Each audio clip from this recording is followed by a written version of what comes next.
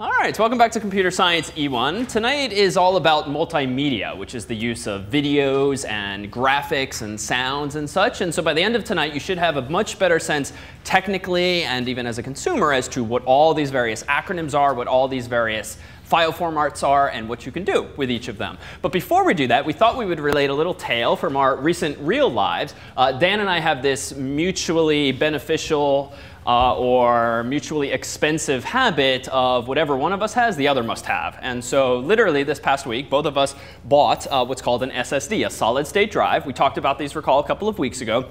And our motivation was this. We both happen to have desktop computers. They happen to be Mac Pros, which are desktop tower computers, but made by Apple. And they're both pretty souped up already. They've got 2 processors, each of which has multiple cores. We have gigabytes worth of RAM. So far as upgrading goes, there really wasn't all that much room for improvement until Dan, unfortunately, started Googling and got me thinking. So the slowest device in our computers, arguably, at this point, a week ago, were the hard drives. And why, just instinctively, might the hard drives have been the slowest component in the computer? What's interesting about hard drives that might make them slow? It's possible because it's harder to change. It's harder for them to be changed as it is opposed to software, which is OK, harder for them to be changed, but arguably everything else in my computer is already hardware, and it's not that easily changed either. But not a bad thought. What else? Yeah, so that's the real kicker. So the fact that the hard drive is one of the few components inside our computers that still has moving parts, next to maybe the fans, but the speed of your fans don't necessarily contribute, certainly not nearly as much, to your computer's performance. So what better way to improve the speed of our computers by removing this slow part and replacing it with something that's purely electronic? Solid state drives, recall, are like bigger flash drives that can store tens of gigabytes. And so I was mostly struck by this video. So MacSales.com happens to be a company that sells computer hardware, but they have this side-by-side comparison of supposedly identical laptops booting up, one off of a solid state drive, SSD, one off of a hard drive. So let's take a quick look here. Do we have audio on mine? Seems not. Come on. Well, what they're talking about is can we get this going? Come on. Are you muted? Well, I'll fake it. On our left, we have a stock MacBook Pro. And next to it is an identical one. But on the left-hand side is the hard drive that came with the particular Mac. And on the right-hand side is the one that they've upgraded with an SSD. And it kind of, to be honest, we don't really need much of a voiceover. So this isn't a huge loss. Still booting. This is just Mac OS, the operating system that's been installed on it. Notice on the right-hand side, a couple of applications just launched by default. Essentially, they dragged Photoshop's icon or a couple of programs into the startup items folder so that it would boot the moment the computer actually booted up. And these are decent modern computers, right? Maybe a year or so old. And there we go. I mean, it feels deathly slow, but arguably, if you went home tonight and booted up your own laptop or your own desktop and sat there with a stopwatch, odds are it'd be closer to the one at left than to the one at right for a variety of reasons, not just because of the hard drives, but this was compelling. So like $200 later, did my computer have a solid state drive. And it was actually a fair number of steps, but most of it was available online. Or if you two have questions, just instant message Dan when you have them. And what you can do is copy. What I did was copy the contents of my hard drive onto the solid state drive and then rebooted from the solid state drive. And the OS makes this relatively easy. And the only gotcha was that the price points for solid state drives not nearly as impressive. So you can go out, as we did recently for similar upgrade purposes, and buy a 1 terabyte drive, 1 trillion bytes, or even a 2 terabyte drive for between $100 and $200, roughly. So 1 to 2 terabytes. Now, by contrast, we bought 80 gigabyte SSDs for $200. So you kind of get screwed on the dollar per megabyte price point. But if you care more about speed, that may very well be a reasonable trade-off. And what we consciously did was both of us have about 800 gigabytes, or at least I have 800 gigabytes of files on my computer. But most of those are just stupid things like videos and music files and just single large files that added up. The operating system itself and the important stuff that actually empowers my computer to boot, and even all of my programs only total totaled about 30 gigabytes. So I copied everything except my personal documents and movies and such, the SSD, left everything else on the slower moving parts hard drive, and the net result is that we both have somewhat faster computers. Actually, that's a kind of underwhelming way to leave it. We both have somewhat faster computers, but that is in fact the moral of the story. And the video, though, perhaps speaks more effectively than even our own personal experience. So with that said, multimedia. Okay, so that's the story that he doesn't tell you is when he's copying over his user folder yesterday morning and he frantically gives me a call and I'm out doing my own thing. He's like, oh no, I can't boot my computer. So, but he didn't tell me at the time that his own thing is hanging off the side of a rock wall where he was climbing. Yeah, but that sounds much cooler than, oh no, I can't boot my computer because my. Okay, yeah. Anyway, so back to multimedia. So we have a variety of formats in multimedia, as you know. So we have like sound files. There's some that you're probably familiar with, like, what's a big popular sound file? .wave. Okay, MP3 is sort of like the sound file that everybody's familiar with. And then we also have image files and different ways of expressing images, like photographs or even cartoons like this. And we can even combine all of these things in sort of like one large multimedia package. And so this, as you can see, is an example of a file called a flash file. And hopefully my sound will work. My sound doesn't work either. It's going to be a really disappointing multimedia lecture. Multimedia lecture without the sound.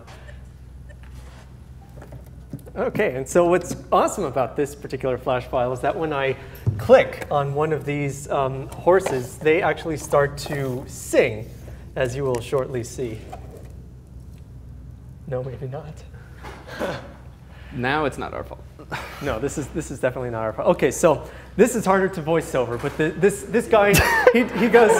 No, it's not. Like, you can do this. No, he does something like boom, boom, boom, boom. I can't sing, so whatever it is, it's something like that. And then every time you click on the next one, it's like they form this sort of round robin. But if you don't do it just right, then it sounds really stupid. But if you do it right, then it sounds really awesome. And so it's really hard to tell right now. And this is you're making this a really lame demonstration. Keep going with do the soprano next. No, I can't do that. And so we have, in the end, something that should work really well, but doesn't at all. Can I at least have my image back so I can show some other stuff? I'm going to put you to this mic here. OK. So don't mind me. Focus on him. But now I have nothing to say. OK, so we had some horses. And they were visible, and they look neat, and they'll sound even better when they start playing. But another thing that was particularly neat about this type of file, oh man, this is going to be so. This is. OK, here we go. We'll restart this. OK, so here we have a.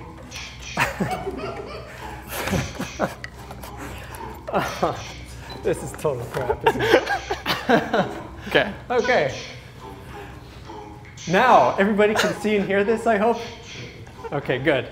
So what we have here are 4 horses in a flash file, and when I click on one, they start to sing, like this.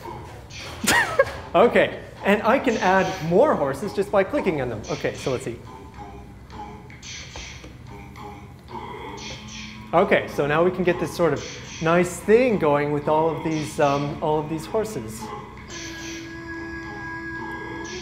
I missed that one, but whatever. OK, but one of the neat things about this that I want to point out isn't the fact that they will sing us a very nice harmony, but that one of the aspects of this particular file is that we can actually change its resolution. And one of the things that you'll notice is that no matter how small or no matter how large it is, it still looks sharp. Like normally when you take an image and you make it bigger and you make it bigger and you make it bigger, what happens to it? Yeah, it degrades. It becomes something that's called pixelated. So there must be something going on here that separates this particular type of file from others. And in fact, in this case, in a lot of flash files, except for the video files like you would find in YouTube and some of these other sites, have a graphics format that's known generally as a vector format. So in other words, there's different types of files. There's ones that we typically know of as being photographs. So something like this, which is just sort of a typical photograph. And a photograph is not a vector file. You can't make it larger, and you can't make it infinitely larger, and you will get sort of the same sharp image. And what an image file is then, or what a photograph is typically called a bitmap or a raster file. And this, if you try to zoom in on one of these, so this is just zoomed in from a very small dot up there, is that you can see each of the individual pixels that make up an image. And so a typical photograph is going to be this format. This is typically what you would see whenever you download a photo or whenever you are looking at a picture online. It's just a two-dimensional array, basically, of all of these pixels. It's just a big table, you can think of it, that has a bunch of rows and a bunch of columns. And each cell here has a particular color. And each of these colors, in combination, when you view them at a distance, will make the overall image that we see here. Now, vector, though, this was designed for an entirely different purpose. This was so that you could just make, using mathematical formulas, instead of just defining in, say, a table, you could define, say, a circle very easily using a mathematical formula. And then the computer would know, okay, if I'm zooming in on this circle, zooming in and zooming in and zooming in, then I would know that, even if I zoom in on this very tiny portion here, that it will still look like a portion of that circle that I'm viewing there. So there's a variety of ways that we can make these same sort of bitmap images. So vectors, that's a little bit more difficult. You can't go out, you can't use a digital camera, for example, to be able to take a vector image. Usually this is something where you require a fancy program that's able to, where you are able to define each of the vectors, and you are able to define each of the shapes that will, in combination, make up a vector file. Now, but photos are typically made through digital cameras, and this is something that's you're probably a lot more familiar with, and it's very close, the relationship, a one-to-one relationship between the sensor in the digital camera, what actually captures the light and what actually creates the image, and the end result that we have here. So in a digital camera, we have something that looks very similar to this. It's just on a very, very small scale. It's just an array. It just has a bunch of rows and columns that are pixels. And in combination, when they capture the light, they're able to make then the final image, the final digital photograph from this particular camera. And in fact, as an aside, these things called pixels, you can see them if you have a flat screen TV. How many people have flat screen TVs these days? So if you walk up close tonight, perhaps with no one looking, and put your eyes literally like an inch or so from the screen, when you're up that close, if the TV is big enough, odds are you can start to see this pixelation. Everything will look quite blotchy, and that's because what you're seeing are many, many, many little squares that compose that picture. So multimedia, more so perhaps than some of the domains we've looked at yet, have so many different file formats. And just in layman's term, what do we mean by file format? How would you describe this to a friend? What's a file format? OK, so with how it's saved, right? So Microsoft has a file format for documents. It's called the .doc format or the Microsoft Word format. Excel has a file format for spreadsheets. And there's all sorts of different file formats. And what that means is that the bits that compose that file are just laid out in a certain pattern, a pattern that Microsoft mandated looked like this. Well, in the world of multimedia, there's so many different formats because this world, perhaps more so than a lot of domains, is constantly changing and arguably getting even better. And this has been popularized by things like MP3s, as you may know, and iPods, because all of us probably in our pockets right now have some kinds of multimedia on their cell phone or on your desks right now in the form of laptops. So just so we have kind of a lay of the land and can pick and choose as we proceed tonight what to focus on, can you recall the names or acronyms for any particular file formats for graphics? OK. OK, so PSD, which stands for Photoshop document, Photoshop being a very popular commercial program for making graphics. So .psd tends to be the convention. I heard a couple others. JPEG. So JPEG is used for what in a word? Pictures, photographs typically, and we'll come back to that in a bit. What else? GIF, OK? And technically, that's what I once called it too, but after some Googling and some Wikipedia, the founders call it GIF. So I've acclimated to that. Oh, you said TIFF. Oh, then there's also something called GIF, which is pronounced GIF. And TIFF, yes, is used for what format? Or for what purpose, rather? Anyone know? Imaging? OK, imaging, yes. So scanning. So often if you want some high quality copy of an image you've scanned, or if you work in the desktop publishing business and do like advertising work, this kind of stuff, TIFF, as we may revisit, is higher precision, higher fidelity than a lot of these file formats. Other things come to mind for graphics specifically? What's that?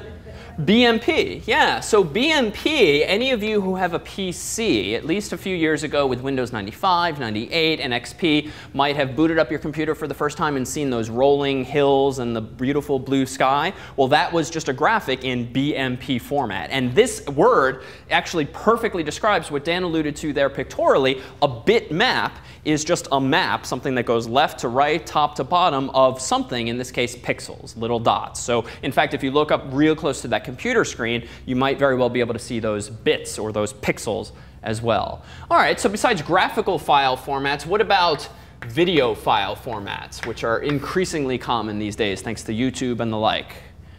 What are, MOV for QuickTime.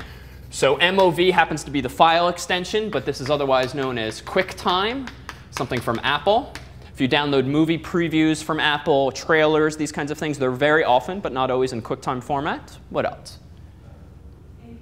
AVI. So another file format for video is AVI. If you ever have edited videos or imported them from a camera years ago, odds are it would be ripped in this format, though yet others are possible these days. Other file formats for videos. Yeah. OK. WMA is actually for audio. MV. So WMV for video is a Microsoft technology for video. And you had your hand up too? MP4. So MPEG-4. There's a whole bunch of MPEG standards, one of which is MPEG-4. Many of you, most of you, probably know of its predecessor, even though it was really an audio format. And even that's a bit of a white lie. MP3 is a file format for audio. And technically, it's MPEG layer 3, but never mind the numeric distinction. Unless we be going a bit fast for these right now, realize we'll come back and tease some of these apart. The goal is just to toss it all out there and figure out what we'll focus on. Anything else for video formats? Who's visited YouTube before? All right, so what are the file formats used there by default?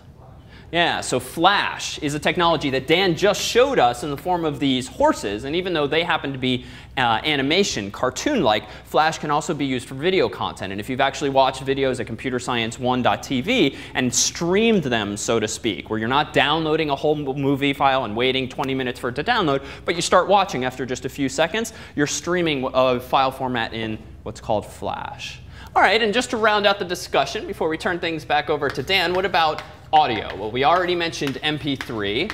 Someone with iTunes, what does iTunes rip music by default in? And by rip, I mean copy from a CD to your hard drive.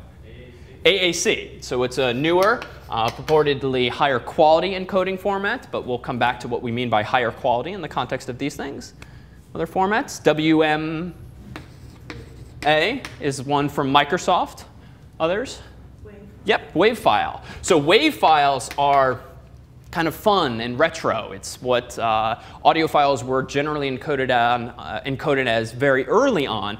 It's not nearly as high quality is this true? Well, not so. It can be really high quality, but really quite huge. And so that was inevitably the trade-off back then. Other formats, yeah? AUP, yeah, this does exist. I'm not as familiar with it, so I'll just fess up right now. We won't be focusing on this one tonight. And any others to round out the chart here? Any others? I'm going to toss one out there if there are any musicians in the class. MIDI, M-I-D-I. So if you've ever worked with a digital keyboard, electronic keyboard that's connected to a computer or some kind of digital sheet music, very likely is the music encoded in what's called MIDI format. Essentially, the musical notes are what are encoded as bits on some file. All right. What would you like to pluck off first? OK, so we'll go back to images, because that's what we were talking about before. So what David has done now is has made a bit more concrete some of the different file types that can actually exist. So before, I was talking pretty generally about what an image might be. But now, luckily, we can talk a little bit more concretely about what it is. And so each of these files will end up representing the same thing. So all of these file formats listed here are actually these raster type images or the bitmap type image where it's essentially going to store in some way a series of rows and columns that in the end will make up a rectangular image. And it's important to note that all of these, though, have different encoding schemes. So in other words, they're stored or they're written onto the hard drive in a different way. So all of these files could, in the end, represent the same image. So this one picture on the projector, for example, could be represented by any one of these formats that are here. But the difference will be what software can read these formats and how big they will be on the computer's hard drive. I mean, there's, I guess, also another difference in that some of these, and it's a little bit of a white lie, because some of these will actually render the quality a little bit worse in this particular photo than a lot of the other ones. And so what do I mean by that? Well, let's take a look at some of the comparison between some of these. So there's just a couple of file types up here, and one of them that's not on this list until now, called PNG. So some of the most popular types that you will see, especially on the internet, are JPEG, GIF, and PNG. And EPS, it's not really all that popular, but it's just listed up here for as an example vector file type. But there's what? You just need a random vector file format? So. I did. There's not very many out there. Sure. So I figured, well, we're talking about it, might as well throw at least one up there. So you notice that we've already discussed what this second column is. So we're going to be talking about what some of these extensions are, what some of these file types are, PNG, JPEG, and GIF. We've talked about the types. So all of these are mostly raster formats, and the ones listed on the board are all raster formats. But we haven't talked yet about some of the compression. So this is where all of these file formats will actually differ in a very, very big way. So some of them, like bitmap, for example, is actually not compressed at all. So that means that on the hard drive itself, the raw ones and zeros, the raw bits, represent each individual pixel. So if you have a file that looks like this, that's 1, 2, 3, 4, 5 pixels wide by 4 pixels down, then you're going to need about 20 bytes in order to represent this image on a computer screen. And that's fine if we're only talking about an image that's this big. But if we're talking about an image from a digital camera, so these days digital cameras have measurements in megapixels, which means how many pixels they're actually able to capture. And you typically see, what, like 8 megapixels, 10, some of them even have ridiculous numbers like 16, 32 megapixels. That means that it is 8 million megapixels or 16 million megapixels, 32 million megapixels. And when you think about it in terms of this, that means we have a lot of pixels to deal with horizontally and vertically. And so when we're storing this data on the hard drive, if we were to use, say, the bitmap file format, which is uncompressed, then we're going to be storing a really unreasonably large file. So in this example, if we were talking about an 8 megapixel image, so there's 8 million pixels, how many megabytes or bytes or kilobytes would we need in a bitmap to store that one image? Approximately, yes. It does depend on how many bytes per pixel, but if we just go the easy route and say 1 byte for every pixel. Yeah, so it's going to be about 8 megabytes. And that's in the context of all of these other multimedia types, that's really very large. So a typical MP3 file might not be that large. So an entire song that's 3 or 4 minutes long might only be maybe 3 megabytes or 4 megabytes, just as an example. And so representing one image in bitmap that's uncompressed is not going to be a very efficient way of doing this. So that's where a lot of these other formats have come in. So most of the other ones are compressed, which means that even though the image, the end result of the image will look the same, on the hard drive it will use far fewer bytes. So GIF, for example, what they will do is try to encode, they'll try to figure out what colors are the same in a particular row, just as an example, and then it will compress all of that down just to make it easier to write to the hard drive and easier in terms of the size of the file. So we can very easily make then a file that's much smaller than some of these other ones. But there's an important distinction when we're talking about compression for just about every file type, and this applies to more than just images. This can apply to video and also to audio as well, that there's two types of compression generally. There's a lossy type and a lossless type. And so if we have, say, a lossy compression type, that means that while we're compressing this data, while we're making it smaller to store on the hard drive, we're throwing away some bits. We're going to be making some assumptions about what this should look like, what the end result will be, and the end quality will not be exactly the same in a lossy compressed file than the original file. And we'll show some examples of this in just a little bit. But by contrast, lossless compression means that it's making the file smaller, but it's ensuring that it's exactly the same in the end as the original file, as the original image or as the original sound file. Lossless means that it can be an exact replica once you've decompressed it. Once you've taken that compression and once you've removed that compression and gotten the original file back, it is the original file. So I propose, if you can toggle over to this screen, that these two national flags, one of Germany, one of France, can both be compressed pretty effectively. So just intuitively, why might this be the case? Why, if these are represented as grids of pixels, as Dan's drawn on the board, can you likely compress these somehow? Use fewer bits than one per every pixel. Yeah? A lot of the pixels are exactly the same, so you could just say this for the pixels between here and here. Good. So a lot of these pixels, as best we can tell from the colors, are exactly the same. And according to this diagram of pixels, where a graphic is just a grid of pixels to the left from the right, and then from the top to the bottom, well, the naive way of representing an image, which is pretty much what this guy, bitmap, does, is says from top to bottom, left to right, this pixel is black, this pixel is black, this pixel is black, this pixel is black, dot, dot, dot. Next row, this pixel is black, this pixel is black, this pixel is black, dot, dot, dot. Next row. Then finally you get to the reds, and finally the story changes. This pixel is red, this pixel is red. I mean, it very quickly becomes tedious, but more so, very redundant. So as you've proposed, why not just say like a normal human being would, you know, the top third of it is black, the next third of it is red, the next third of it is yellow, and that's precisely what a format like GIF does. Instead of representing every single dot with a specific byte-sized value, or 2 bytes, or 3 bytes, it summarizes the data. And it might say that the top left pixel is black, and you know what? So are the 100 pixels to the right of it. And next row, same thing. Next row, same thing. And then it does get interesting when you hit the red, but at least then you can start summarizing as well. So to be clear, GIF works in this left to right fashion and kind of waves its hand at the rest of the row if it can summarize it succinctly. So with that basic definition, which flag, Germany on the left or France on the right, can be compressed more? Germany. OK, Germany. Anyone want to disagree? OK, why Germany?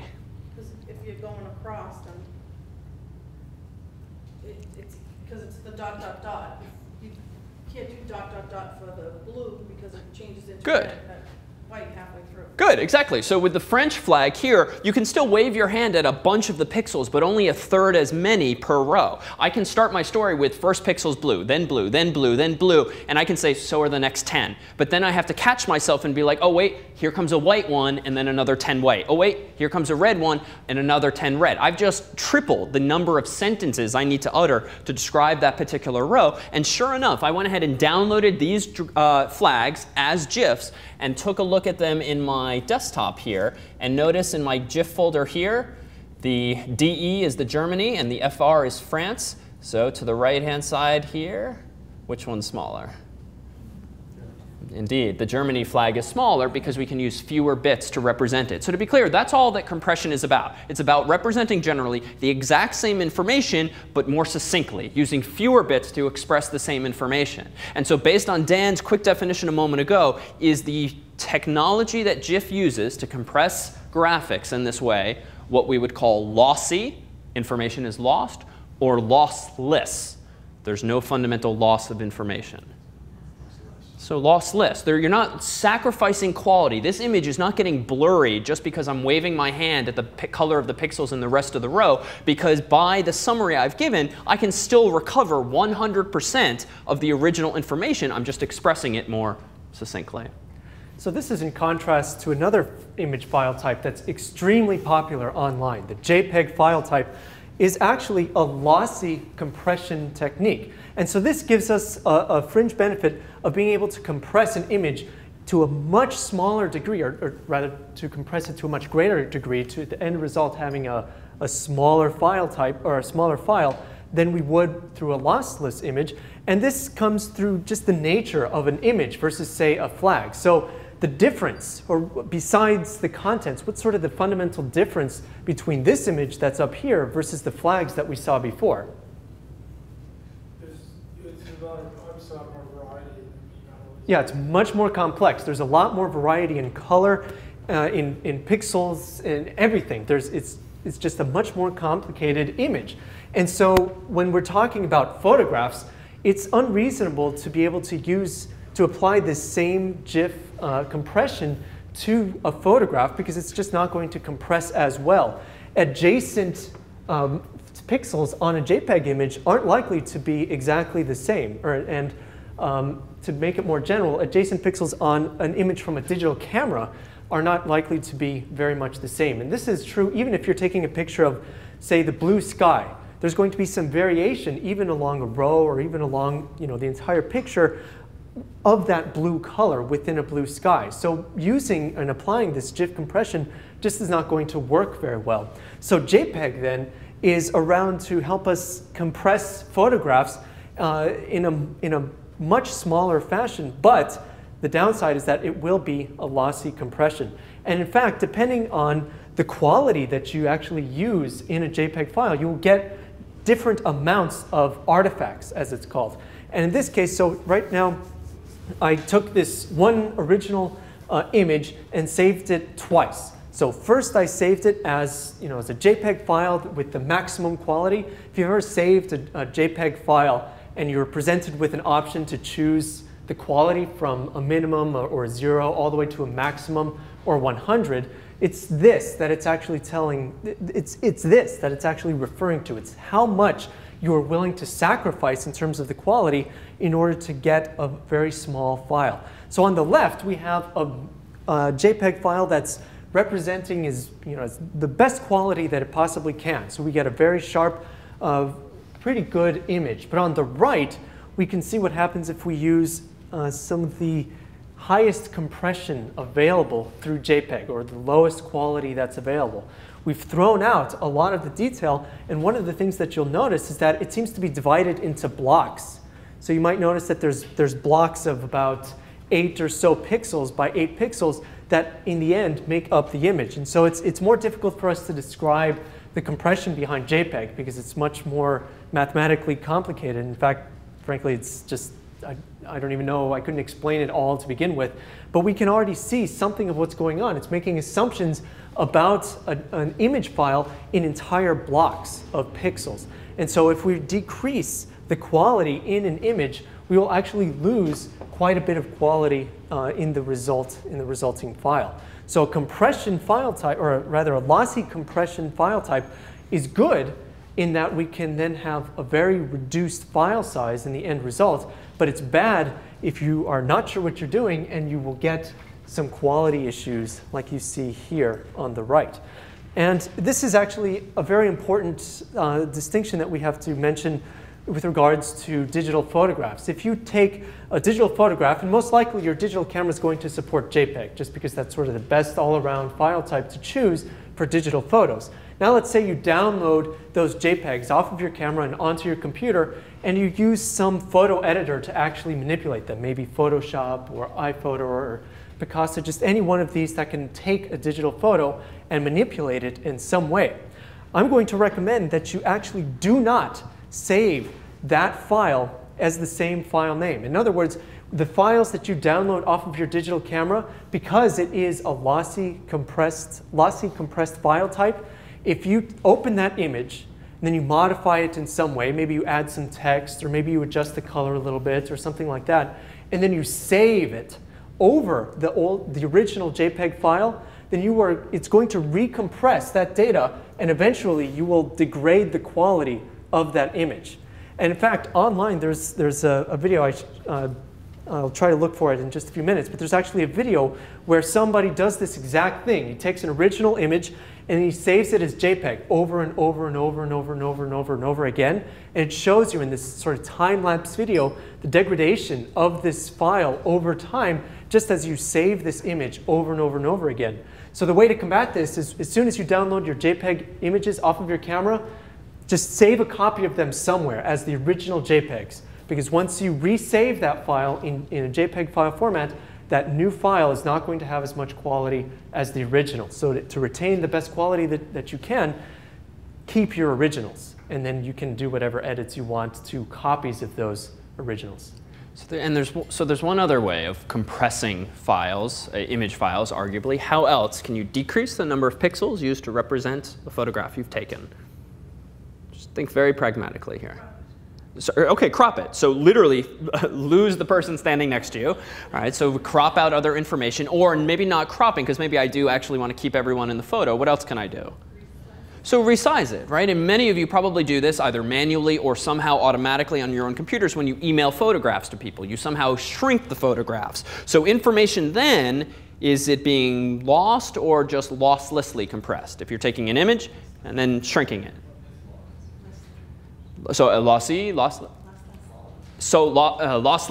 and lossy, I'm hearing both. So someone with the lossy argument, why might it be lossy? If you have a big map image that, say, for example, describe a circle, and because it's a grid, a circle doesn't really fit on a grid, so you have this sort of complicated pattern that looks like a circle from afar. OK. And you downsize it to just like 8 by 8 pixels, you're going to let your circle as essentially will be turned into a square because that's the best approximation of a circle with so few pixels. Then when you upscale it again, it'll just take that square and make it a really big square. You're not going to get your circle back. OK, good. So that's the catch. And you can really see or appreciate it when you actually try to enlarge that photograph again. And this is a common scenario. You take a photo, you decide to share it with some family members or friends, and so you somehow compress it by shrinking it physically. So the photograph is actually smaller to the human eye, and then you send it off. And that's a good thing because emails can't be terribly big. You want this thing to actually reach the recipient. But then they want to go ahead and take it to CVS or to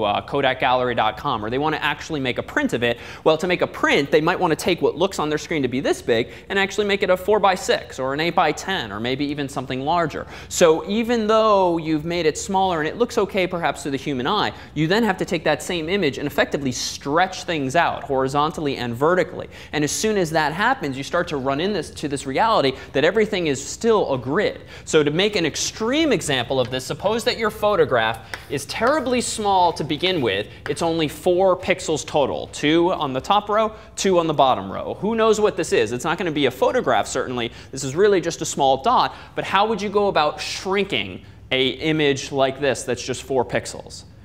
Right? You can't just kind of curve things on the edge because you're limited to this grid-like approach. So what do? 4 pixels probably becomes what if you shrink it?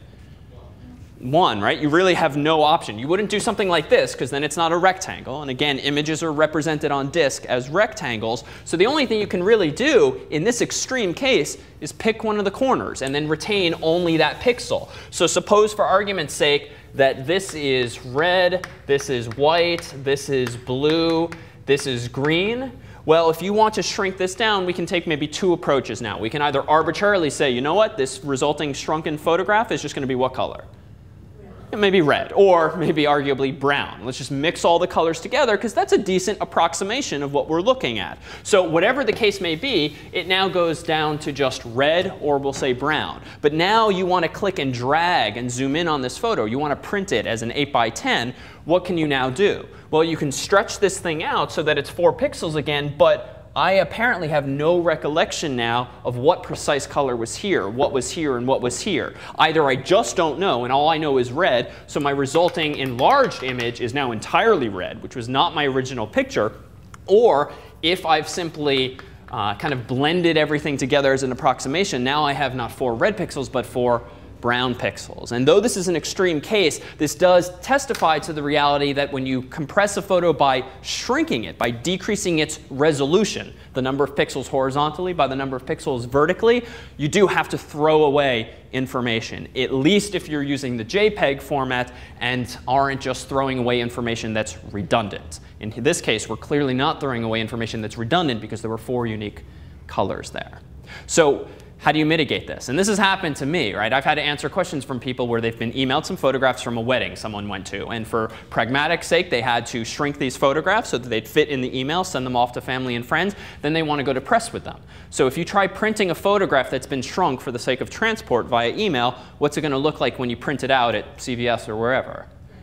It's going to look grainy. It's going to look splotchy. If you've ever looked at old photographs, we were just in a restaurant the other day where they had lots of flair on the wall, where they had these old photographs taken of strangers. Well, they made them huge to fit the sort of style of the restaurant. They looked awful. And it's not because the people looked awful back then, but it's because they took what were probably small and back then not very technologically sophisticated photos and made them 5 times their size. Well, it's the same reality these days. Even if you try doing this, even if the photograph was taken with a $300 camera, doesn't matter if you've lossily compressed that photo by throwing information away. So what's the ultimate recourse? Once you've lost information in the image, how can you print a really nice glossy photograph out of it? Or you could make it very small, sort of wallet-sized photos, and show people that. That's reasonable. It will look OK. Or you got to go back to the original. You got to somehow educate the person who took the photograph how to get the originals off the camera, or as Dan said, find the originals somewhere on their hard drive. So do think twice before you yourself shrink photos, unless you appreciate where the originals are being stored or if you have an actual copy.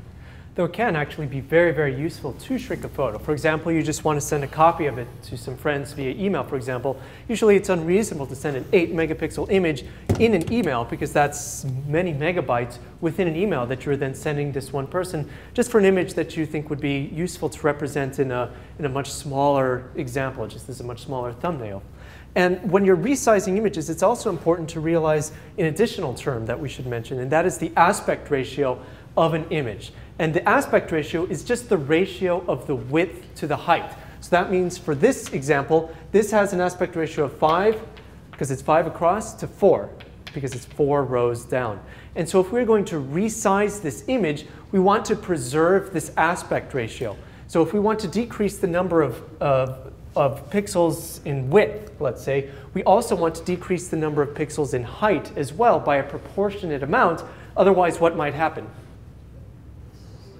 Yeah, we'll distort it in some way. So if this is a picture of a person, for example, we'll make them appear too thin or too wide, for example, just depending on how we are stretching it.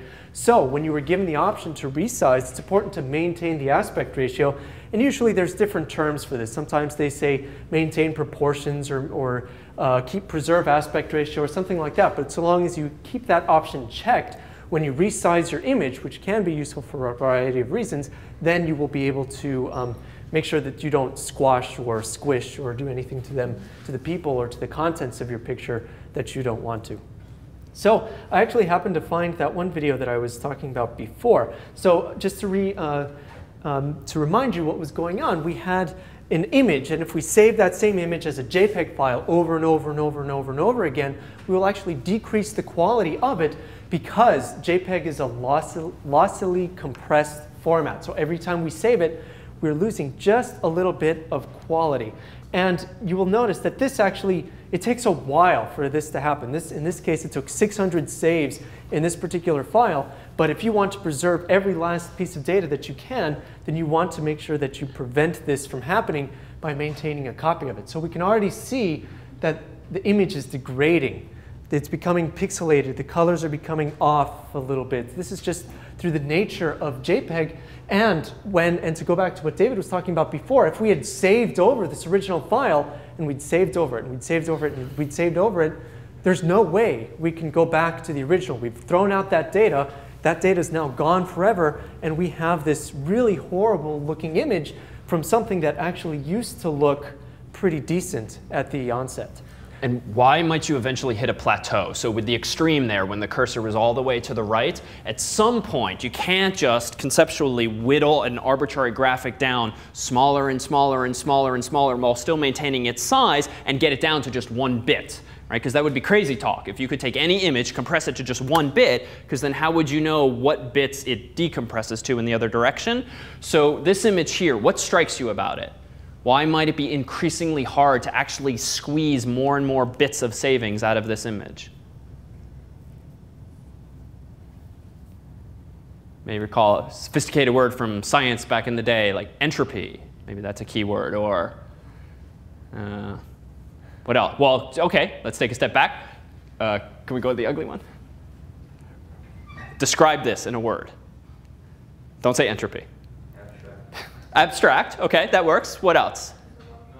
Noise. OK, noise. Noise is good. And another one might be random, right? It's pretty darn random looking. It's getting all speckly, all noisily. Well, this is one of the key features. And we won't spend much more time on compression along these lines, but one of the key features of compression, one of the key aspects of an image that compression exploits is non-randomness. Case in point, the German flag, the French flag, why were we able to compress those files at all? Well, they weren't random. There was a whole lot of redundancy. But eventually, you'll reach a point like this where, what more information are you going to extract while still preserving the original content?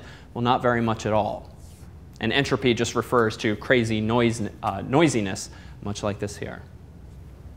OK. So if we go back to this idea that we have a matrix of pixels, so we have columns of pixels, we have rows of pixels, and whose combination results in an image like this, or even the very low entropy original image that we saw here, you realize that we have sort of been ignoring color up until this point.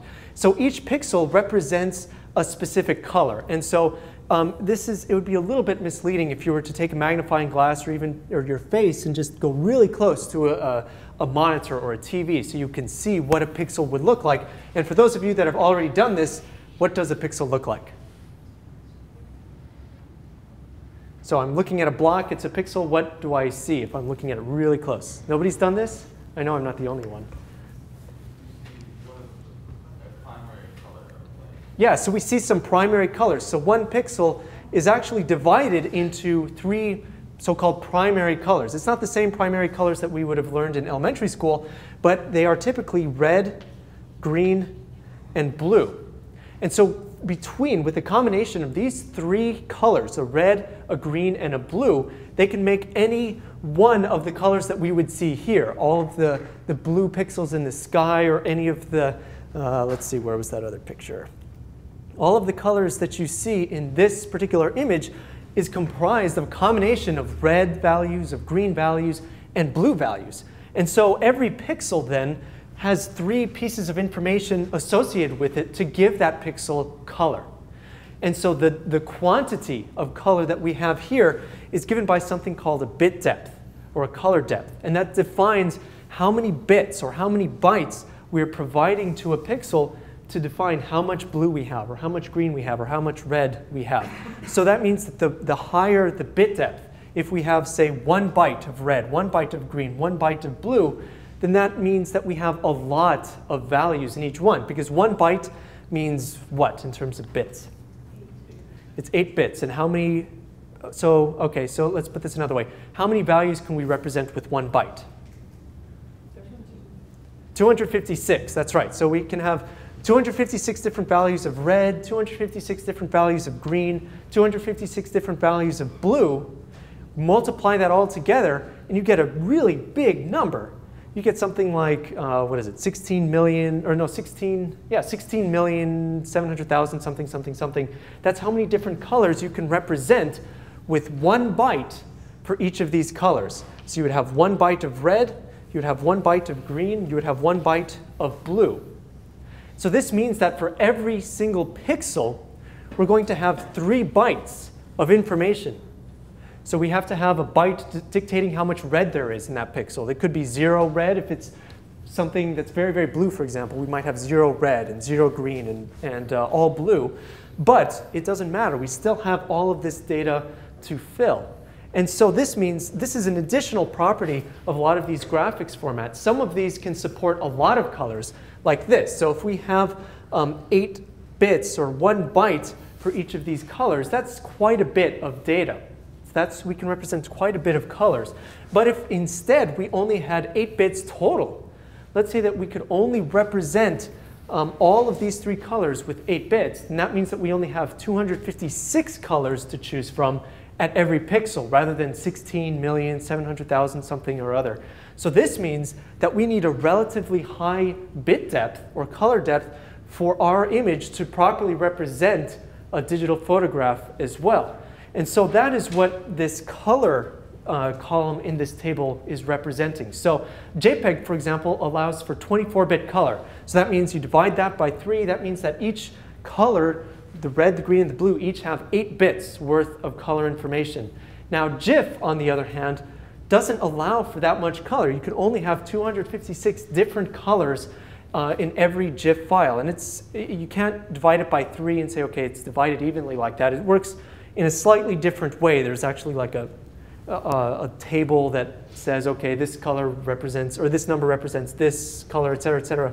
But basically, the takeaway isn't that. But the takeaway is that the GIF then can only represent 256 different colors. So in combination with the compression that we talked about earlier, this makes GIF an even poorer choice for a lot of images, especially photographs, because now we just cannot represent the complexity in color that exists in a typical photograph using a format like GIF. Now, we've talked about some of this compression, and so you might see then that ping sort of seems like the best of both worlds now, because we have now, instead of a lossy compressed format like JPEG, we have a lossless version that's called ping that also supports all of this color. So it can support 24 bits of color, which means that we can actually represent a photograph using a ping pretty well. Now, that is the nice thing about ping. However, on the other hand, because it is not lossy compressed, that means that the file cannot be made as small as a JPEG file. So for the same image, the JPEG file will be smaller, the ping file will be bigger, but you will have this sort of lossless compression because of the ping. And there's this one other detail, as suggested by this alpha column, that will actually become quite relevant in a few weeks when we dive into web design. So there seems to be this gotcha right now if all of our images are necessarily rectangular. For instance, if my image is a JPEG and it's a photograph of someone, that photograph might look, something like this. Well, this is fine if you don't mind seeing the background that person's face or whatnot was actually silhouetted against. But on a web page, or really in any graphics project you might work on, sometimes it would be nice to actually put that face in front of a different screen, a different scene. So much like a green screen in TV. Or you might just want to have some kind of color behind their head so that you have a solid white background, solid black background. In short, you want to remove this background entirely. Well, one way you can do that, and you can only do this in certain file formats, is that you can tell the file, you know what, make all of these pixels that I'm kind of shading in casually here, make them transparent. So even though the image itself is still going to be rectangular at the end of the day, this will let shine through any image that's actually behind this. Now, why is this actually relevant? Well, very commonly on the web these days, you have many, many different images on that page. And it would be a pretty ugly world if every time we had an image on a page, it had to be one rectangle up against another rectangle up against another. I mean, certainly have you seen websites where images are overlaid on one another? You have curves and edges that aren't necessarily straight lines. And one of the ways in which you can do this is by leveraging transparency. So the GIF file format supports transparency, but unfortunately you're limited by its color depth.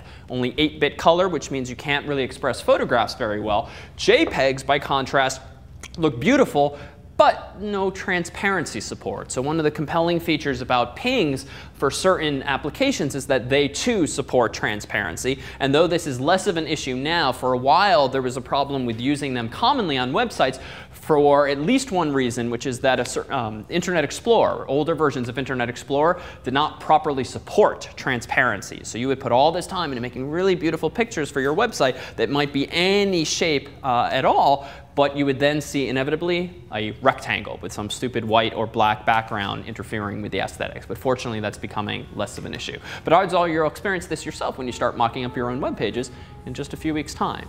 So any questions about graphical file formats? Oh, so I can actually give an example of this. So for example, if we were just to look at a typical website like Google Maps, for example, so you can imagine that there's a whole bunch of images here that are actually representing the map. And in the forefront, we have this marker, this A that's pointing down to Cambridge. And so this A actually is itself an image file. And if we take a look, we can actually see that it is this image.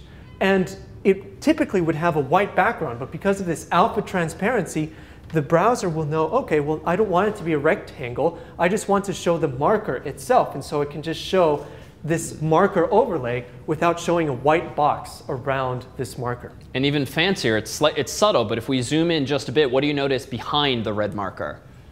There's a shadow, and that shadow is not on the map itself, because just imagine how much of a pain that would be. Google needs a custom map for every possible location where there might be a shadow.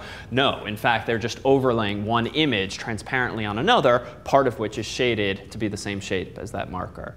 And so just to round out the rest of these, PSDs, these are Photoshop documents. They're more of a proprietary format, very popular with applications like Photoshop, which allows you to edit photographs and do your own designs from scratch. But that's a common file format as a result of the popularity of that application. TIFF, again, is used in graphic design. Sometimes if you scan something on your own home scanner, it can or will output a TIFF file. But also common is PDF, with which most of you are probably familiar just from casual day use. That's increasingly common and much more useful since most people can read PDFs as opposed to TIFFs sometimes needing different software. BMPs are kind of falling into disuse. They're pretty retro, they're pretty inefficient, and even Microsoft uses different file formats for their wallpapers these days. But PNGs are very much on the rise now that support is increasingly common. So when we come full circle in a few weeks and look at web design, odds are many of you will be playing with JPEGs, GIFs, and PNGs in particular. Can you say PSDs as PNGs? Yes, so you can. Correct. So in Photoshop, you can go to File, Save As, and save in any number of formats, all of which, frankly, on this menu appear depending on your settings. All right, well, let's go ahead and take a 5-minute break. All right, we're back. So I don't actually mean to tease with the example. We will hand these out at the end, and we'll hang out in the hallway if folks have individual questions. And we'll also likely post a PDF online of some sample solutions in a day or so. Distance students as well will be getting their feedback via email or via US postal mail. And with regard to an update on the wiki and the blog and such, what you'll soon have access to, and we'll circulate an email with the instructions, is just a very simple web page on the course's website where you can confirm or deny that you have, in fact, been flagged as having submitted the wiki post and having submitted the blogs. We've, thanks to Andrew Sellergren, one of the course's teaching fellows, has written a script to sort of automatically analyze all the hundreds of posts. And you'll find, don't freak out, if we are missing something for you, odds are it's because we don't have your FAS username on file correctly or spelled correctly. So we will fix all of that over email in the next few days. So we will address any questions you have. We thought we'd just share a couple of fun ones. Perhaps the most common answer to what happens if two computers on the internet have the same IP address, apocalypse was the #1 answer, followed by occasionally a technical answer. But we enjoyed that one. It kept things light during the several hours of grading. And this one was just darn right clever.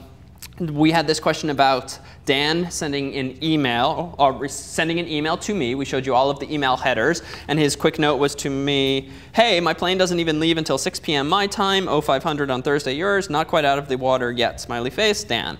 And in answer to the question, even though it's not explicitly stated anywhere in the email or its headers, name 2 pieces of information that we could use to figure out approximately where Dan was when he sent the note. One answer was at the beach, because the not quite out of the water yet comment was interpreted a little too literally. But don't worry, we don't penalize for humor. We appreciate it. So more on that in a little bit. Back to reality. OK, so yeah, there were some very, the long answer question about how you get online. There is great how sometimes a lot of people said, oh, you have to buy a coffee and schmooze the barista to find the Wi-Fi password and stuff. And it was very, very clever. Lots of clever answers. We like that. So okay, so back to business now. So with regards to some of these graphics files, and bringing full circle this idea of having digital cameras and being able to store images on digital cameras, is this idea of a variety of flash memory types that can exist for cameras. So for example, this here is one of the larger examples of flash memory that you might find for digital camera. This is a compact flash card.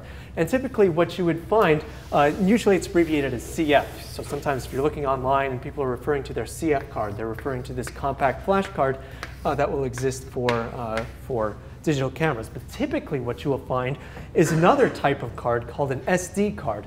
And these are a little bit smaller, and all of these cards, though, are just a type of flash memory. It's like, it's sort of like a simpler SSD, but it's much, much smaller, and they usually actually have quite a few gigabytes of capacity. In this case, this wasn't an 8 gigabyte compact flash card, and this is actually pretty old. And I was too lazy to take out my digital camera and take out the 16 gigabyte one, just because I could very well have said this was 16. But they have a whole range of very, very large capacities that you can store these file types, now erased, but JPEG, for example, or whatever other file types your camera might support. And typically, in order to download the information that's found on one of these cards onto your computer, just in case it wasn't clear, they usually have a couple of options. You can connect your digital camera directly to your computer using some USB cable, for example, or whatever cable, data cable was provided to your camera. Or what a lot of people also tend to use are adapters. So this is a CF card to USB adapter, for example, where you're just able to put in a variety of different cards into the adapter and use that just to put that card directly into your computer and be able to download images. And this is pretty useful if you have just one camera, for example, but you have multiple memory cards, and what you want to do is be able to continue shooting. So you fill up one memory card, you're able to download data to your computer and put in your clean memory card and just continue working without having to deal with any of that, without having to format it, to erase files, et cetera, et cetera. Now there's other types as well. A lot of them have now luckily not been in use for very much anymore. Sony has their own sort of proprietary one called Memory Stick, and a variety of variations of that that refer to its size. So the original Memory Stick was actually about, it's very, very literally the size of a stick of gum, and it had that same sort of, that's the same sort of proportions as a stick of gum, but now they're much smaller. I think they're called like Memory Stick Duo or something like that, where they're half the size of that. And now there's Mini SD, and there's a whole bunch of just much smaller types where you're able to store this same sort of information. And nowadays, even a number of camera phones are able to have like Mini SD or some of these other smaller compact flash memory types to be able to store your photos on one of those types as well. And I think the takeaway for consumer, and we just went through this ourselves recently, getting a new digital camera with which to shoot some of the course's videography, is staying away from proprietary stuff is probably the only rule of thumb. And Sony stuff for years, they pushed this technology, but the reality was it was a lot easier to find the more standard non-proprietary technologies. So when it comes time to pull the trigger on your next digital camera or even camcorders, even some camcorders with which you'd shoot movies are using flash media increasingly these days, it's worth a quick Google search or an Amazon search for whatever technology the camera is advertised as using for storage, just to get a sense of prices and availability. So for instance, we needed to get something for Mini SD, but Mini SD is apparently on the way out. So we actually had to get Mini SD, but or rather Micro SD, which is even smaller, but an adapter to then make it bigger. And it was because we wanted this particular camera, but these are the kinds of things that are worth being cognizant of. And if you recognize the acronyms CF for compact flash, SD, it's very easy to go on popular websites and do some due diligence. And as Dan mentioned, the neatest thing these days, frankly, with traveling is not only how small a lot of these cameras are physically, you literally put them in your pocket, which certainly has lowered the bar to my carrying a camera around and taking photographs. You can also take 8 gigabytes here, another 16 gigabytes here, and when you fill up your camera, you don't have to worry about syncing with your laptop or getting the photographs off there or printing them. You can actually just take the card out, put in another card, which maybe costs $20, maybe $50, depending on the technology, and just go armed on your next trip with a whole bunch of these cards, as many as you feel like paying for. And just to be clear, the two most popular formats are SD and CF. SD being now sort of the most popular, well, the variations of SD, like micro SD and mini SD. And in fact, if we were to take a look at some of the difference in size, so here there's the three major versions. The SD is on the top, the blue card.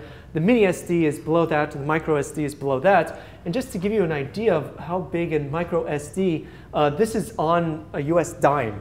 So that's how big a micro SD card is. It's very, very tiny. You could easily swallow this or something bad or even lose a That's the micro first SD. analogy that comes to mind? Yeah, yeah.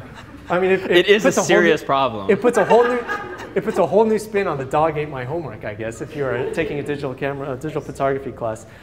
So anyway, but there's even a variety of things that you can do with these. So for example, I take a bunch of photos with CF cards, and my computer just did not have the hard drive space to be able to store all of these photos. And what they have are basically like external hard drives. Inside of this device is a hard drive, but what it has is not only USB connection, but also some memory, some flash memory connection. So I can insert, say, a CF card, and it'll download all of the images off of it. I can clear the card and just be able to continue shooting. And this is very, very useful if you are out of the country, for example, and you're not taking your laptop, or you just don't have the capacity to be able to store all of your photos. Accessories like this can really make your life a lot easier. But you have to weigh the difference between buying one of these hard drives versus the cost of just buying a whole bunch of compact flash cards. And usually, depending on the speed, getting a hard drive might be the cheaper way to go. And a lot of consumer printers too. If you go into like Best Buy or Apple these days, you can see a lot of the inkjet printers are designed to print photographs. And it usually costs you a bit more in terms of the ink, because a lot of color is often necessary to go on the paper. And often you want to spend a bit more money on glossy type special photographic paper. But some of these printers now even have slots on the facades into which you can plug a CF card or an SD card, which is just trying to lower the bar to actually printing these things. And user interface quality will certainly vary, but it's worth keeping in mind, and just knowing the jargon can certainly help you navigate those waters as well. And one other thing to keep in mind, even though we haven't so much emphasized brand names in the course, there's absolutely different reputations out there when it comes to media. And frankly, for something like media, where if it breaks or is defective or is of shoddy quality, you yourself lose, particularly your data, your essays, your photographs, it's probably worth doing some due diligence anytime you're about to pull the trigger with regard to stuff like this. And in the space of these technologies, SanDisk is perhaps the #1 or most popular or best reputed vendor. There's a bunch of others. Kensington is pretty well regarded, but doing some Google searches, or very often, honestly, the best keywords to search would be would be compact flash reviews or SD reviews. Reviews is a nice keyword to plug into Google or the like quite often. And then in the world of hard drives, just to counterbalance, since I don't think we ever mentioned, Seagate is very popular, as is Western Digital. Those tend to be very well reputed. So just beware the waters when searching through various websites. When you see something dirt cheap, it's probably worth then Googling the name and seeing just how commonly discussed it is. Just a note for buying CF cards, I noticed specifically about CF cards. Generally, if you buy them on eBay, if it says it's a SanDisk card, it means they put a SanDisk sticker on somebody else's card. OK, so caveat emptor, beware eBay and misadvertised products in particular. Yeah, in fact, just like hard drives, not all CFs are created equal. And if you're serious about, say, digital photography, for example, there's the one website, robgalbraith.com. And what he does is he actually has a bunch of data based on some of these CF cards. He'll actually run speed tests on a lot of the CF cards to determine which are the fastest ones available for different models of cameras and different makes of cameras. And you will find this huge difference in speed. So for example, in writing JPEGs, the difference in the fastest from the slowest, this SanDisk Extreme Ducati 8GB card, for example, can write 27 megabytes per second. That's actually that's pretty impressive. But if we look all the way at the bottom, we'll notice that the slowest one can write 3 megabytes per second. You wouldn't know it from iFi Home being the brand name. Well, OK, so that one's actually a bit of a cheat. That's not actually a card. That's a Wi-Fi adapter. Okay. So the Delkin Pro, this one is 3.8 megabytes per second. So it's a big difference. What's that? It is a pro, but it's a pro at being slow, I guess, in this particular case. There is quite a large difference, and like has been said, you should do your research and buy from reputed companies when you're purchasing these, because I mean, you might get a rebranded one or something that you don't, or that you're paying a lot of money for, maybe misrepresented in some way. And you know, another good site for reviews that at least we use a lot is newegg.com, Newegg.com. Personally, I tend not to buy from them because I'm not a fan of their return policy. They too often want to charge you restocking fees to return things. I prefer Amazon, frankly, for actually buying and some other websites.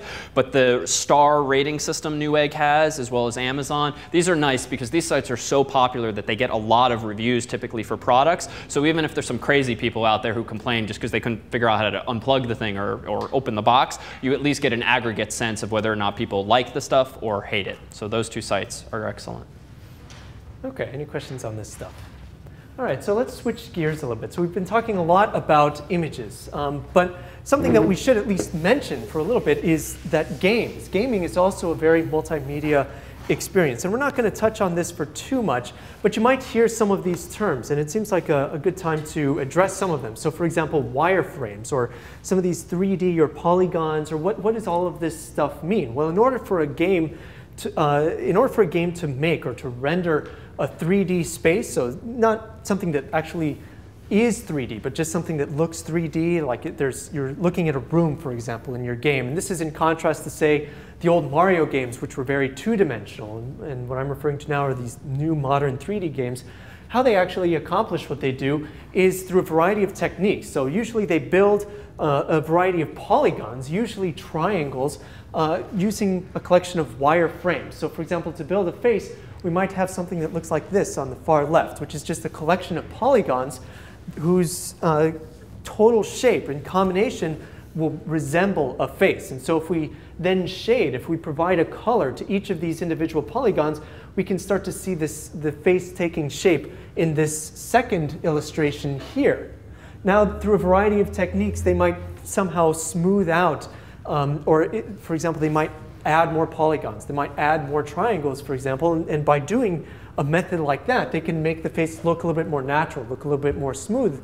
And finally, applying what's called textures, which are themselves just some image files that are wrapped around this sort of 3D polygon, or this 3D shape in memory, you get this sort of end result that will finally look like a face in the end. And so the reason we mention this is if you are a gamer and you're looking at graphics cards, for example, because you want to be able to run the very latest in games and you want to get the fanciest graphics and the newest games, then usually what you will see are ratings in terms of triangles. So sometimes a lot of these manufacturers will say, oh yeah, we can process 8 trillion polygons per second or something like that. And usually they use that as some sort of measure implying the speed of the graphics card. And of course, you know, being a marketing term, you shouldn't rely on that to figure out which is the best or which is going to be the most powerful. But you'll get an idea now for what these are actually capable of. And in fact, someone took this same sort of idea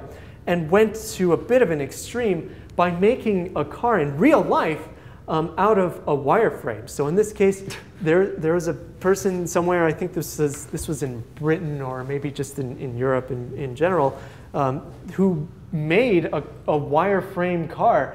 And I hear from the story that even though he parked it legally on the street, they still managed to give him a ticket for something or other because it was taking up a space. But it is actually, I think, sort of a neat illustration of the virtual in the real world.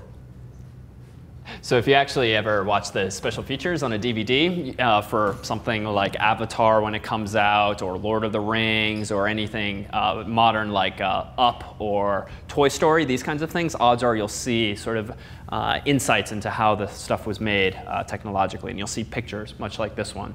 So audio, let's touch on this one briefly, but then segue to video, because that's certainly a superset of audio and really what's increasingly common these days. So what's compelling about MP3s? Why did they first catch on so in the first place? Well, if you take a typical CD, think back to our hardware lectures, how much space can fit on a typical CD-ROM or CDR? So like 700 megabytes. So think now about a typical music CD you'd buy at the store. It's essentially the same technology as a data CD that you might buy some software on. So if these things hold about 700 megabytes, let's take a Let's suppose that on a typical CD, an artist will release 10 songs. So how big then is each file here?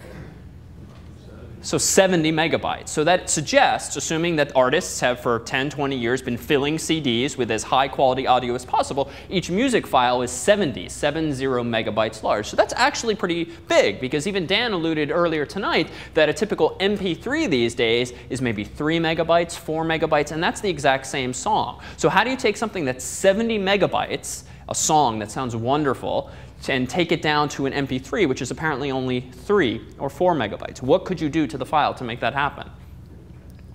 OK, so compress it, certainly. And if you can now kind of borrow from the spirit of our imagery discussion, what is there to compress in an audio file? One thing you could do is get rid of frequencies that you probably can't hear, like really high frequencies. OK, so get rid of frequencies that the human ear can't really hear or wouldn't necessarily care so much about or notice if it were absent. What else?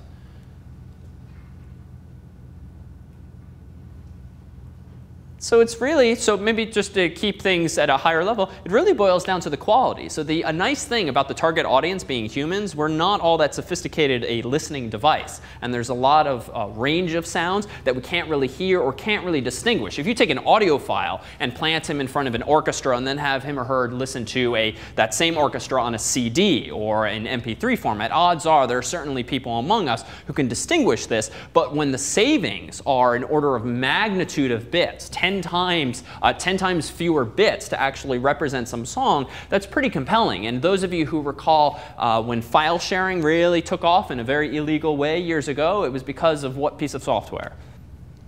Napster. So many of you may remember this program Napster, whether or not you used it yourself. And that alone early on helped popularize this relatively new file format known as MPEG Layer 3. And it just happened to be particularly compelling because back then internet speeds weren't as fast, but they were at the point where it was pretty reasonable to download a 2 or 3 or 4 megabyte file. And my God, it sounds almost as good, dare say, as the 70 megabyte equivalent. Well, there have been a more advanced codecs, as they're called, or technologies for encoding music into different formats. And as we said earlier, Apple happens to use something called AAC, which gets really good compression, but preserves even more quality so that those audio files out there can really appreciate the difference. But the point is that you can throw a lot of information away, and humans might not necessarily care so much, especially if it means you can download that song within seconds as opposed to minutes. Now, as for these other file formats, MIDI, we said, are used often for musical instruments.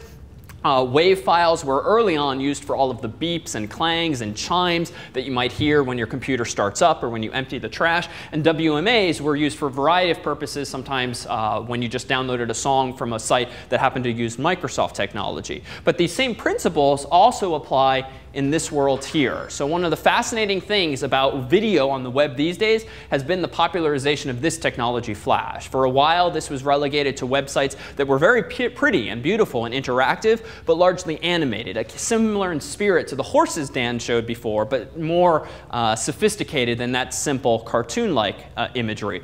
But when video support came around and sites like YouTube really picked up on this format, people were pretty struck. Because until then, there weren't as many what we'll call streaming file formats. So, and I kind of explained this implicitly before. What does it mean to stream a file to your computer in contrast to downloading it?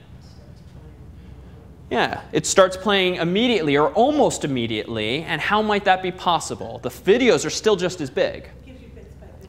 Exactly. So the nice thing about video files and audio files is that there's this notion of time associated with them. And most normal people want to watch a movie from start to finish, and not the opposite, listen to a song from start to finish. And you can exploit that preference by simply sending the bits from top to bottom, left to right, or in this case, from start to finish, and just sending enough bits and so-called buffering, as you recall the expression, where it's waiting and waiting, but only for a few seconds. And once enough bits have accumulated on the user's computer, can you just jump full steam ahead, start playing those bits, and granted, you kind of have to cross your fingers that what's going to continue to happen in the background more bits are going to come. If you're on a bad internet connection, you might get more buffering and the video might stall and so forth. But if there's enough of a buffer, the internet connection's good enough, this is hugely compelling over the alternative. Because even today, if you download a video from iTunes or rent a movie from iTunes, even though some of them will start playing automatically, if you want the full thing, it can take 5 minutes, 10 minutes, 20 minutes. I have a TiVo at home, and there's various services like Blockbuster and Amazon Unboxed, as it's called, associated with this. It's really annoying, frankly, because I'll have to wait sometimes 20 minutes to download the video just to start playing it. And now, granted, we're all a bit spoiled, because a few years ago, it'd take at least 20 minutes to go to Blockbuster physically down in Porter Square. But when you sit down these days, your popcorn is already popped, and you just want to say boop, boop, and choose the video on the screen, and then have it wait for 20 minutes to download the entire thing. It's frustrating, at least relatively speaking. So I'm about to go off in a bad tangent, so no. Take over. I think most of us are still distracted by your TiVo sound. So, all right, so there's a variety of codecs and file types that can exist for videos as well. And so codec is really just a fancy name for a compressor or decompressor. And so what's interesting, though, about each of these file types is that it doesn't necessarily, it might, but it doesn't necessarily imply a codec. And in other words, each of these file types are literally just a container. So you can think of these files as being like a box. So for example, an AVI file might just be a box that has within it, packaged within it, an audio file and a video file. And sometimes there might be more than one. And an example of this might be, let's say, if you were to look at the raw files on a DVD, for example. Now, a DVD, you might have more than just the movie and the soundtrack. You might also have like the director's commentary, for example, or other languages available as well. And this sort of hints at this idea that one file can have multiple versions. So you might have the default, and this is very typical. You would just have a very typical like video within it and an audio within this file.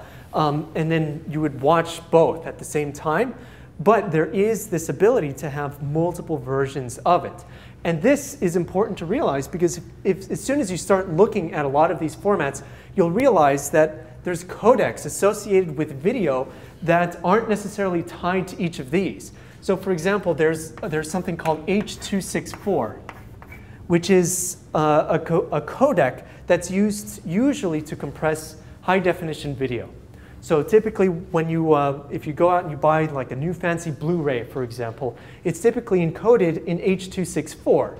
Now, any one of these files, or actually a number of these files, like QuickTime, AVI, and even MPEG-4, are just containers. They can contain within them a video that's encoded in H.264. But it doesn't have to be. It can be something else as well. So there's an older version, H.263.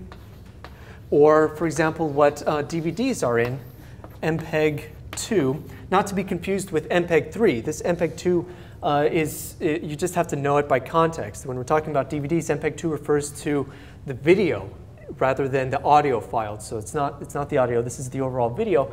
And a number of these formats, and there's others as well. These are just some of the more common ones. Some of these can actually be within a QuickTime .movie file, for example, or a .avi file. And so this can actually cause some confusion. If you're looking at a file and you say, okay, it's a QuickTime video, but for some reason I can play it in this software, but not in this other software, even though this other software might be able to play other QuickTime movies, the problem might be this, that you're looking at the container, that it is actually a movie file, but maybe your software doesn't support the new fancy H.264, for example, or maybe it doesn't support MPEG-2, which is actually a common problem with QuickTime. If you have a movie file, and a QuickTime movie file, and it has within it an MPEG-2 encoded video, you can't actually open it in a typical QuickTime player, just because it does not support this MPEG-2 format. So it's just this additional layer of abstraction. So we just have a file that's named one of these things. And indeed, Flash Video, a .flv file, is typically encoded, the video is typically encoded in H.264, just as an example. Nowadays, when you download an iTunes HD movie, that's a QuickTime movie, but it's encoded typically in H.264. So it's encoded with this codec. But it's just that the container file, the file that contains this video, might be any one of these file types. And the relevance, well, if you've gone to the course's website to watch one of these videos online for several weeks, you've noticed that there's a Flash link, there's Flash plus slideshow sometimes, there's QuickTime, and there's also MP3. And that does assume some degree of savvy with what these file formats mean. And it turns out that QuickTime itself can be streamed. You can certainly start sending the bits and let them play online. We happen to take the approach that if you click the QuickTime link, it's a really nice quality version. It downloads the entire file to your computer, which might be useful for what reasons? Right? Streaming isn't necessarily a given. Sorry? So you can watch it again. You don't need internet connectivity. We've certainly had folks who want to download it to go on a trip somewhere or just go on the train and not want to have to deal with having to have internet access. But by contrast, it's again a little annoying to have to wait a few minutes for the video to download, and that's why the Flash format is sometimes preferable. And the relevance now to sort of life beyond E1, if you go on any number of popular websites these days, whether it's YouTube or Vimeo or any number of television stations' websites, you'll see sometimes links to different file formats in which you can download those videos, and just understanding what it means to be in QuickTime format versus WMV. Silverlight is a Microsoft technology similar in spirit to Flash for streaming video and other content. At least you'll know what links to click, and you'll get a better sense perhaps of what quality you'll be getting. And do you mind actually going to trailers.apple.com? What I thought I'd point out, too, is that you often have choices over what quality video to view. And often the burden is put, at least right now, on the user. I think within a few years, computers will be smart enough in general to figure out what quality should be sent along the wire. And in fact, there have been certain video technologies that can figure out what quality to send you. But if we go ahead and pick, say, the Alice in Wonderland link here, so Apple's website's kind of fun to waste time on because they have really high quality movie trailers. But if you click on not Watch New, but the arrow, notice these options here. So there's some numbers in parentheses next to the parentheses here that mean what? Like, what link do I click? I dare say that Apple's website sometimes assumes too much savvy of the users. Not really sure what I want. Download makes sense, but what about these other? An iPod might make sense if I'm on an iPod on this website. How many pixels? How many resolution, in fact. So this is an increasingly common convention, not just for web video, though Apple's really pioneered using this subscript P notation earlier than a lot of websites, but also those of you with flat screen TVs, HD TVs, operate in a certain resolution. So you may have seen these same markers on your TV screen when you push certain buttons, or in the manual, or on the box when you got it. These are different resolutions. And what do we mean again by resolution? Just to recap. Yeah, X by Y, how many pixels across by how many pixels down. So let's take one example here. 1080p means what? And P stands for progressive, which means it's a particularly good type of resolution. But this is just one number. I just know which direction here. So it's actually the vertical. So as has been the tradition in the world of television for years, you typically talk about what are called scan lines, horizontal lines. And 1080p means that there's actually 1,080 lines of resolution, 1,080 lines of pixels on your really fancy high-end TV if you have one at home now. But how many pixels are across the x-axis? Sorry? It's assumed, maximally, because this typically does imply a certain aspect ratio, even though the movies you play might not be those same dimensions. What's the horizontal width? Yeah? 1920. Yes, so this is 1920 by 1080p. And the world's gotten a little annoying in that they only tell you half of the numbers these days. And to be honest, I don't always remember the resolutions. I usually do a quick Google search, and inevitably the other number pops up. But this is kind of cool, because contrast this now with your laptop screen, which very often is just 1024 pixels by 768. So you seem to have more resolution on your TV. But there's also some TVs, especially smaller ones, for which you'd really not be benefiting from that much resolution. In fact, things might start to look pretty small. 720p is actually smaller resolution, but still considered HD quality. And you might get this on smaller sets, or some channels might not be broadcasting in 1080p, but rather 720p. And 480p is even further down, and you have roughly, though it can vary based on the aspect ratio, 854 pixels by 480. So in short, which one to click? Well, what's the relevance of knowing this minutia when it comes to these links? Which do you pick? Well, you don't know what you have. You have to know what you have if you're watching on a TV screen, because if you clicked let's say the 1080p, but your TV just happens to be 720p, odds are it's going to be shrunken unnecessarily and you're just downloading more bits than you need, or it's going to be cut off. It really depends on what the software or the TV does. But what's really the relevance? What should govern what link you click now, assuming you don't want to download, you're not on an iPod, you have to choose from the 3 numbered ones. How fast do you want it? What's that? How fast do you want it? Yeah, how fast do you want it? How much time do you want to wait while it buffers? Because a bigger file, 1080p is 58 megabytes versus 720p, which is only 38 megabytes, versus 480p, which is 13 megabytes. And that might be tempting. Wow, only 13 megabytes, and I can watch the trailer, but it's going to be a little smaller on your screen. And so it's just a trade-off, and you'll know best. Unfortunately, this is kind of a stupid decision to have to defer to the user these days. This is not an interesting problem for a normal human to solve if you just want to watch a movie trailer. But frankly, that's why they simplify it up there and say, we'll figure it out for you by automatic. But certainly for the video files, this level of granularity might actually be of interest, especially if you're downloading these things and saving them to your hard drive to watch later if it's the actual movie and not just the trailer. So I would dare say that yet another thing that you should use when trying to figure out which resolution to pick is the resolution of your own monitor. So just as an example, I just tried downloading the 1080p version, and what it doesn't show you is, and because this thing is too huge that my computer can't process it, is that the pixels, the number of pixels that this video represents is actually much larger than my screen size itself. So I think my screen is actually something like, it's less than 720p. It's like 1280 by, or maybe it's a little bit more. It's 1280 by 800 something or something like that, I think is the resolution of this screen.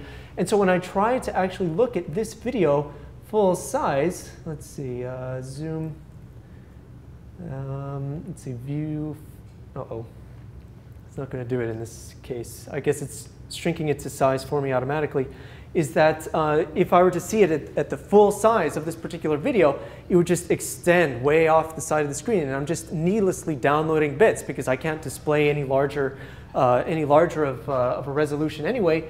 And even worse is that particularly older computers really struggle with 1080p. Unless you have a really fast, really new, very modern computer, you're most likely not going to be able to look at 720p, or rather 1080p, and instead you'll have to focus on one of these lesser types, 720p or even 480p. Because what's going to happen if you get ambitious and try to click the higher res than your CPU can handle? Well, if I try to do this, you'll see exactly what happens here. It just can't keep up with the number of pixels, and I get what are called dropped frames. So it's trying to play all of these frames, but it just can't do it. So the end result is this jerky motion, and in fact, let's see.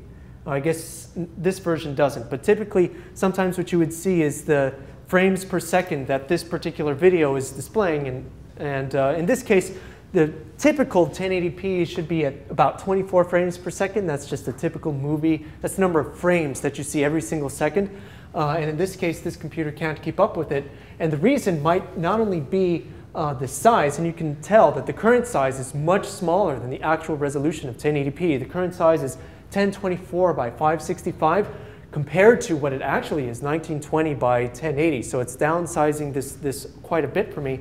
But also the data rate, you can see that this is actually very high. It's about a megabyte of data every second that my computer has to be able to process. And in fact, we can actually see, even though this is a QuickTime file, we now see that within this container, we have 2 files, essentially. We have 2 formats. One, H.264, representing the video file. And you can see its actual resolution there. It's 1920 by 1056.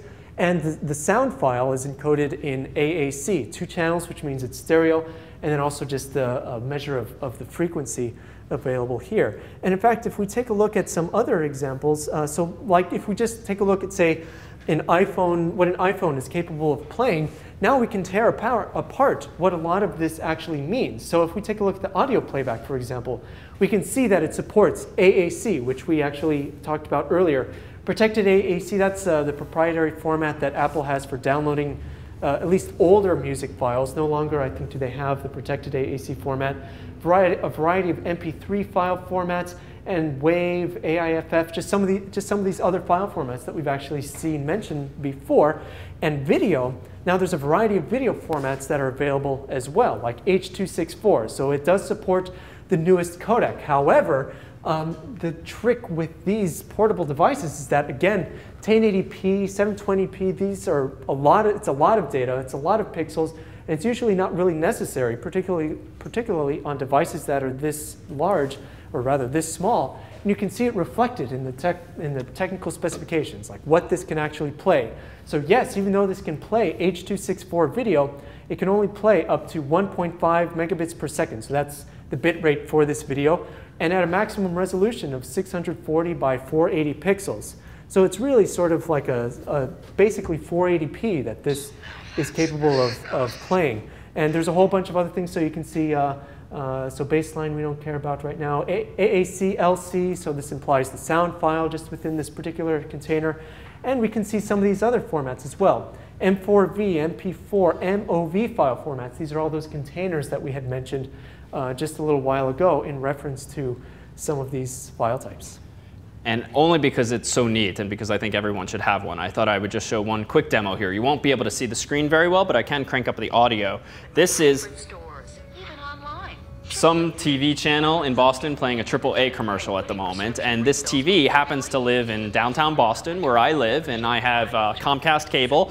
I have a TiVo, which is a DVR, digital video recorder, connected to it. And right now, it happens to be on whatever channel is playing this AAA ad, because what I also have connected to the TiVo is this really neat device called a Slingbox, if any of you have heard of this. A Slingbox is a device that nicely does not have any kind of monthly subscription fee, but it's a device that you insert via certain cables in between your TV and your TiVo, or between your TV and your cable box. It's not a TiVo specific thing. And then you plug a network cable into it, or you get something wireless, so it's on your home network. So what I literally just did when I hit on this particular iPhone app, I could do it on my laptop as well, is I told this device sitting in my apartment in Boston to start streaming the images from my TV through my cable modem out onto the internet wherever I happen to be. My iPhone at the moment has an IP address on Harvard's campus, or now you can do it over 3G, AT&T's network, and this was literally my TV. And if this didn't blow your mind, this is a very underwhelming commercial. It would be more fun if it were an actual TV show playing, but it could be.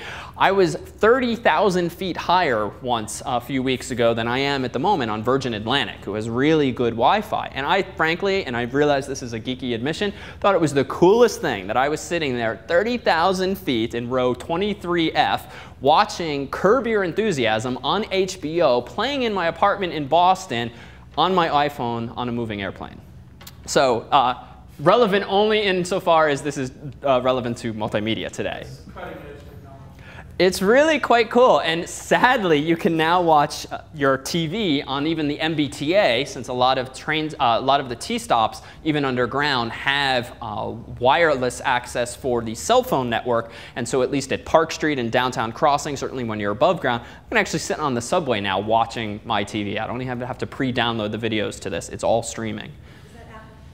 It's not an Apple product. It's a relatively small startup that has their own device. And it's not cheap. It's probably between $100 and $300 now. They have a few different models, but the coolness factor alone helped me rationalize it.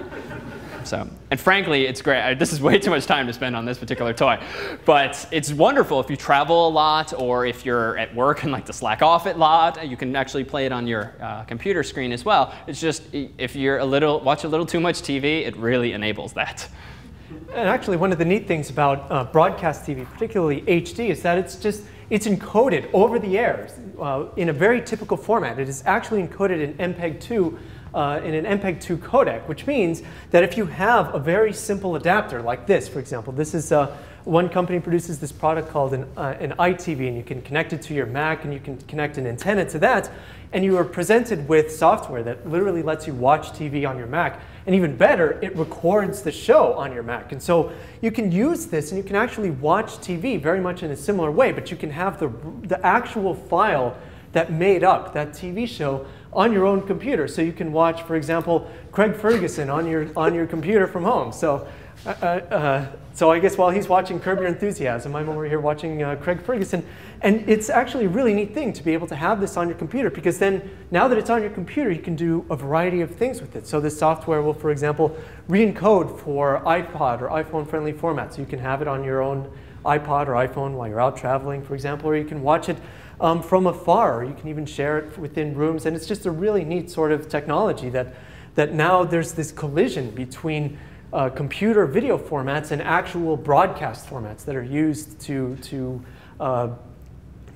play these TV shows over the air. And that's the funny thing. Even though we focused tonight on computers and laptops and such, if you have Comcast or Verizon FiOS and you have on-demand TV where you click a menu option and the thing starts maybe buffering for a few seconds but then playing, it's pretty much one of these same technologies, one of these same codecs that they happen to use to stream those bits down to your own connection. And realize too that though I personally am biased toward TiVo, Dan, because he has ITV, is biased toward that, there's a whole bunch of also free options out there. And so what Dan happens to have is, I think, a Mac Mini into which this USB device is connected. And if you didn't notice, there's a little coaxial connector, those little metal prongs that you see on the wall when you plug an antenna into the wall or a cable jack.